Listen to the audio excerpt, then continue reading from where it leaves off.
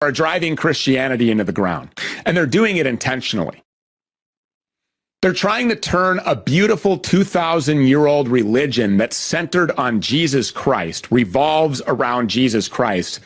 They're trying to turn it into a criminal enterprise, a modern-day cash cow, actually. A modern-day cash cow that worships the modern-day Jew and the modern-day nation-state of Israel, this fake country. And this is nothing new. Over the decades, there have been plenty of pastors that have been swept up into all of this, especially the televangelist types, the ones that you see on TV with the pyrotechnics and the Southern drawl. People like Pat Robertson or Kenneth Copeland, or you can't forget about, of course, John Hagee. And these people, and a lot of people like them, they claimed that they're Christians, and still do. But in reality, they're members of the synagogue of Satan. They're working directly on behalf of the Jew to build the third temple, to usher in the Antichrist. They openly speak about these things in broad daylight, and they tell you that this is their plan.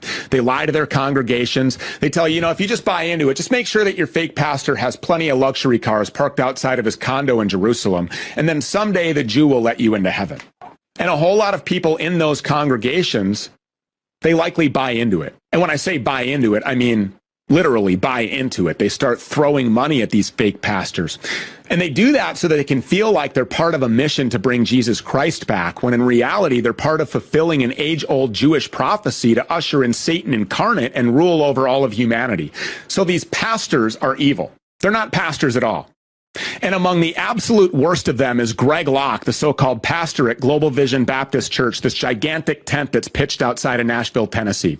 He's the compromised freak show that baptizes people in the name of the Jew, in the name of Israel, in a cattle trough beneath an Israeli flag, literally teaching his congregation to worship Israel and the Jew as opposed to worshiping Jesus Christ. I mean, this guy, he's responsible for a level of subversion and humiliation and spiritual warfare that we really just don't see anywhere else. It's unmatched. He jumps up on his stage at church and he screams and he chants about how much he loves Israel. Well, in reality, Greg Locke is human filth.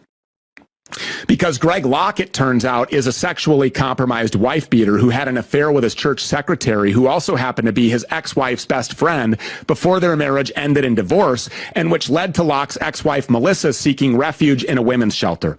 And that's not according to me, Stu Peters. That's according to a 2018 news report. It's published on pulpitandpen.org, and it details the fallout. That article goes on to detail all about Greg Locke's sex affair with his current wife, Ty McGee, and his treatment of his ex-wife, Melissa Locke, and how it led to Melissa not just being in a women's shelter, but in a mental institution. Does that sound like something that a real Christian pastor would do?